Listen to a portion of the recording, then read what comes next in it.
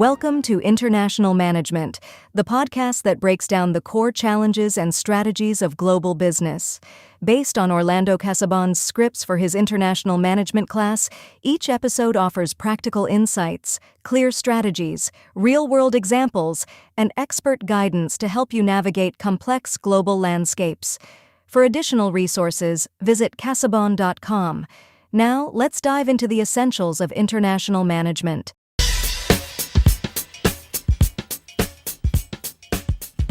All right, let's dive in.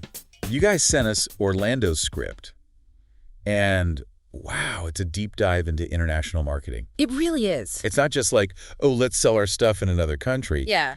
It gets into the strategy. You're absolutely right. It takes it to a whole nother level. I mean, in today's world, you can't just translate a slogan and call it a day. No, it's so much more. It's cultural nuances, legal frameworks. It's a whole different ballgame. Yeah, so Orlando's script starts with this idea of the marketing mix. Have you heard of this? The 4 Ps. Oh, yeah, the 4 Ps. It's like a recipe. Product, price, promotion, placement, like the core elements. Exactly, the core elements of marketing. But here's the thing. You need to adjust the recipe depending on where you are. Oh, interesting. Okay, so walk me through that. Like, how does that actually work? So take the classic example. You're selling a spicy snack that's a hit in one country. You try to sell it in a country where people prefer sweet flavors. Oh, yeah. Disaster. Complete disaster. So you've got to adjust your product, your pricing. Even your promotion needs to reflect those local tastes. Well, that makes sense. Yeah. So what are some ways companies go about, like, tackling this challenge? Well, the script talks about 3 main approaches. There's the ethnocentric, that's kind of like one size fits all. Oh. Same marketing mix everywhere. Think of it like, hey, this worked in my country, it'll work everywhere. Mm. Efficient, maybe. Effective, not always. It can miss the mark big time. Right, because what works in one place might not work in another. Exactly. Then you have the polycentric approach, which is like hyperlocalization. So you're tailoring everything to each specific market. So completely different. Yeah, so you might have different packaging, different ad campaigns. Everything's customized. Very effective, can be super expensive, though. Yeah, that sounds really expensive. It can be. And then there's the middle ground. Okay. The geocentric approach kind of balances things out. So you have this global brand identity, but with local tweaks. Oh, okay, so like you maintain some consistency. Exactly. Think of Coca-Cola. They have that consistent branding, but they might tweak the sweetness level in different countries to match local preferences. Oh, interesting. That's a good example. So how does a company actually decide which approach to use? Well, that's where the script gets really helpful. It lays out a framework for analyzing your product, your target market, your goals. So there's not like a one-size-fits-all answer. No, not at all. Let's say you're selling something basic, like a plain white t-shirt. Okay. Maybe a standardized approach works fine, but if it's something heavily influenced by culture, like food, you need to localize, adapt. It depends. That makes sense. Yeah. Let's dig into the first P then. Okay. Product. I mean, on the surface, it seems straightforward, but the script points out it's not just the physical item. Right. It's the whole package, literally. The packaging, the branding, warranties, even how you finance the product. Oh, wow. So it's a lot more than I thought. And adapting that product to the local market is crucial. The script has this fascinating example about Metro. Okay. Huge retailer, right? They adjusted their packaging in Southeast Asia, ditched the shrink wrap. Why? Because turns out customers there preferred their products open, stacked. Little things like that make a huge difference. That is fascinating. It shows you really have to know the market. You really do. And legal requirements play a big part too. Did you know that Corona beer in German-speaking countries had to change its recipe? Really? I had no idea. Yeah, because of regulations on this compound called nitrosamine. Wow. They had to adjust to comply. So it's not just about the culture. It's about like actual laws too. Absolutely, and the script goes into all sorts of fascinating examples of that. It can impact everything, ingredients, packaging, even what you can say in your ads. It's a lot to keep track of. What about economic factors? How does that affect things? Big time.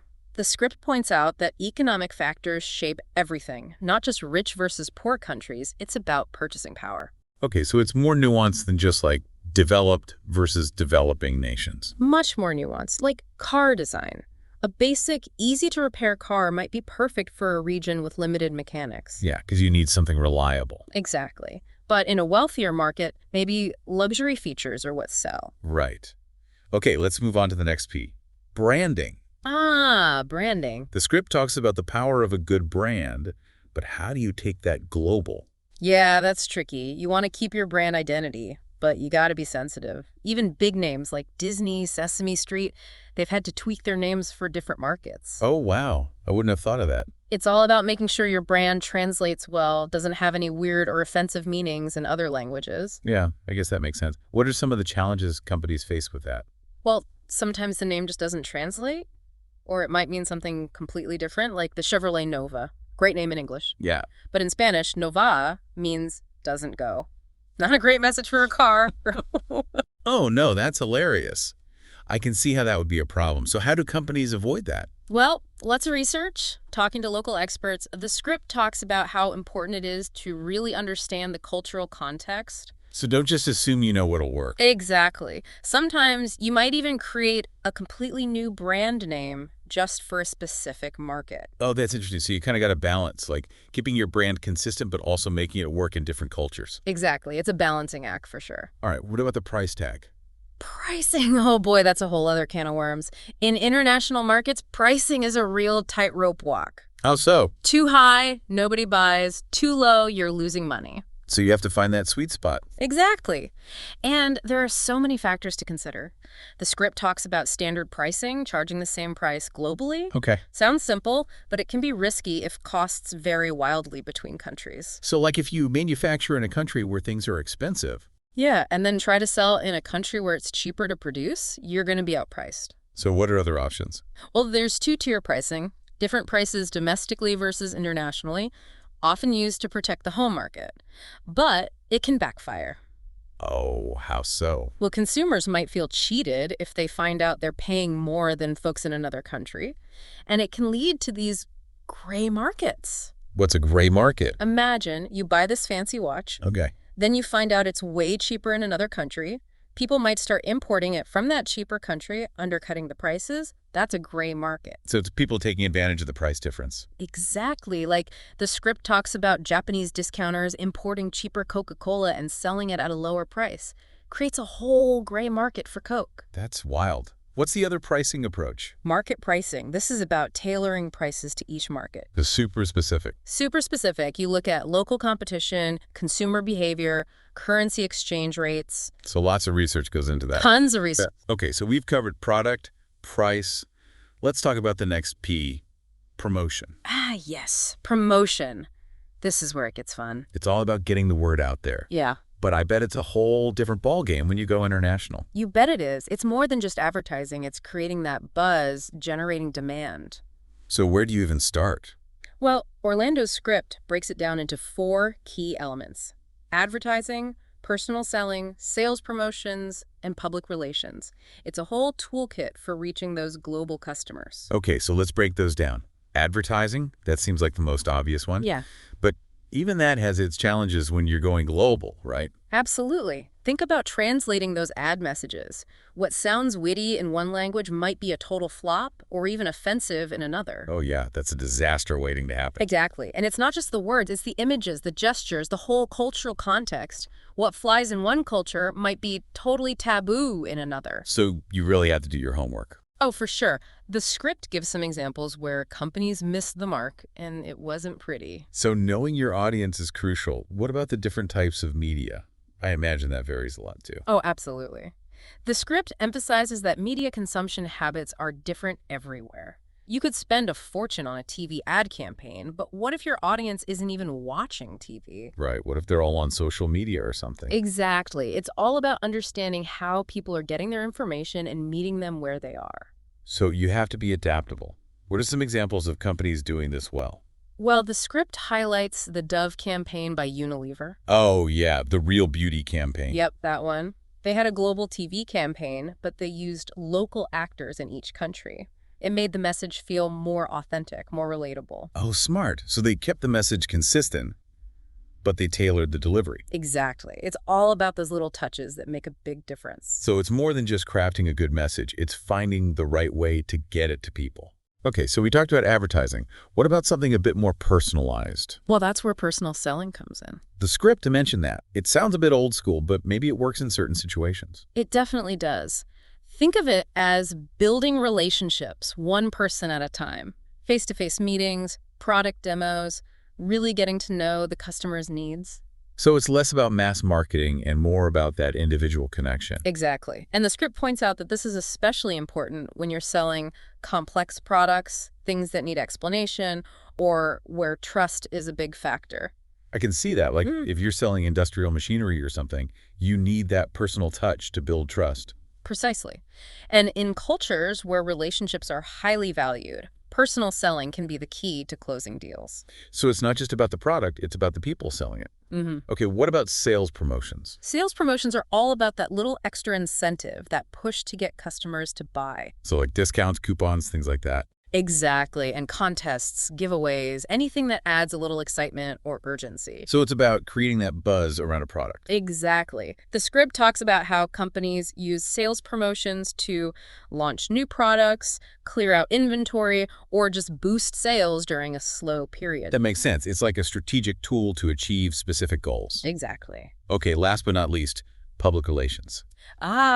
Public relations. This seems less about selling a specific product and more about building a company's reputation, You right? got it. It's about shaping the narrative, creating that positive image, fostering goodwill. So it's about the bigger picture. Exactly. Press releases, media appearances, community outreach, all of that plays a role.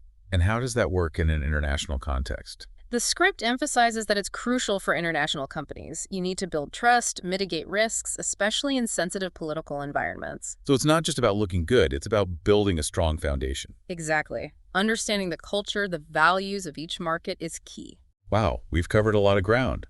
The 4 Ps of the marketing mix, adapting products and branding, the challenges of pricing, and now the different ways to promote a product internationally. And we're just scratching the surface. There's so much more in Orlando's script. I can't wait to uncover more. It's funny, we've been talking so much about adapting to all these different markets. Right. But there's also this idea of universal themes in marketing, things that kind of cut across cultures. Oh, that's interesting. Like what?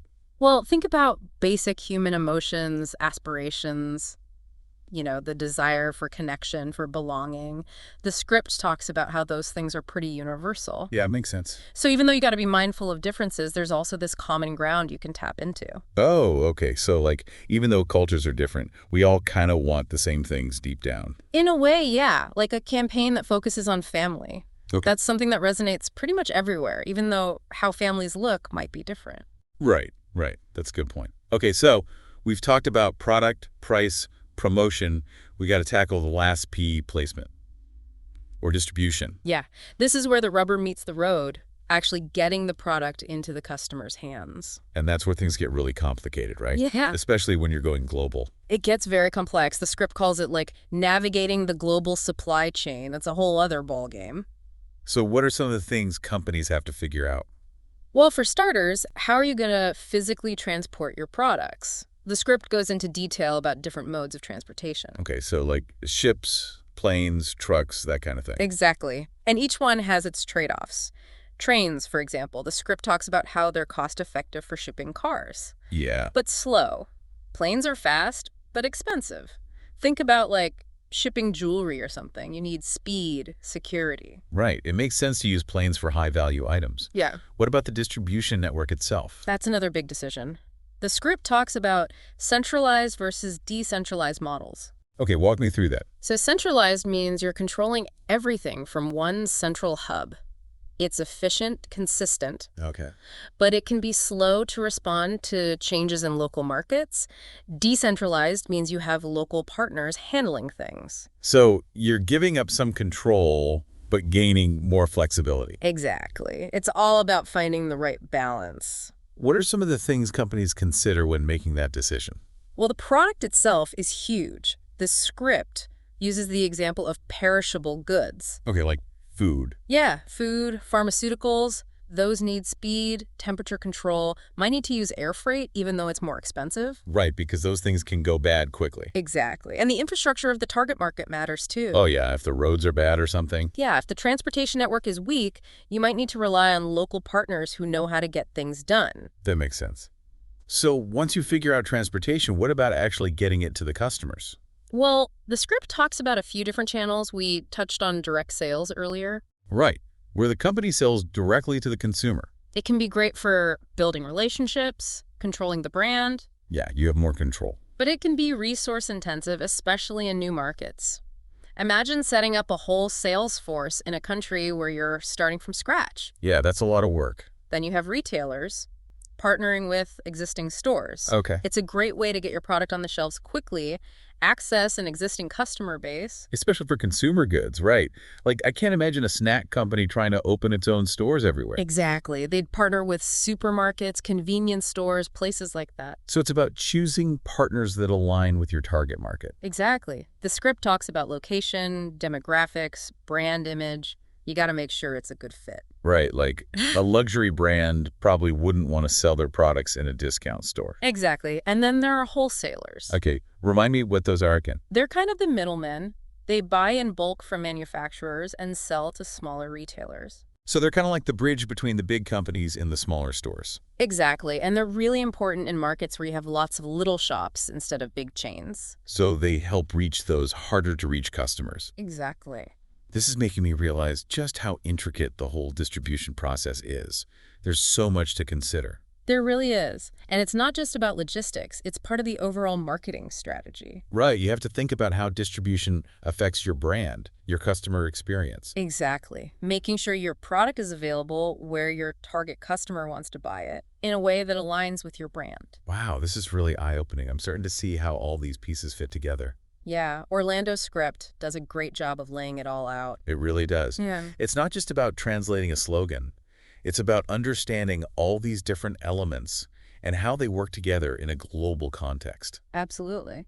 I can't wait to see what other insights we uncover in part 3. Man, we've been through a lot with Orlando's script. We have. Products, branding, pricing, distribution.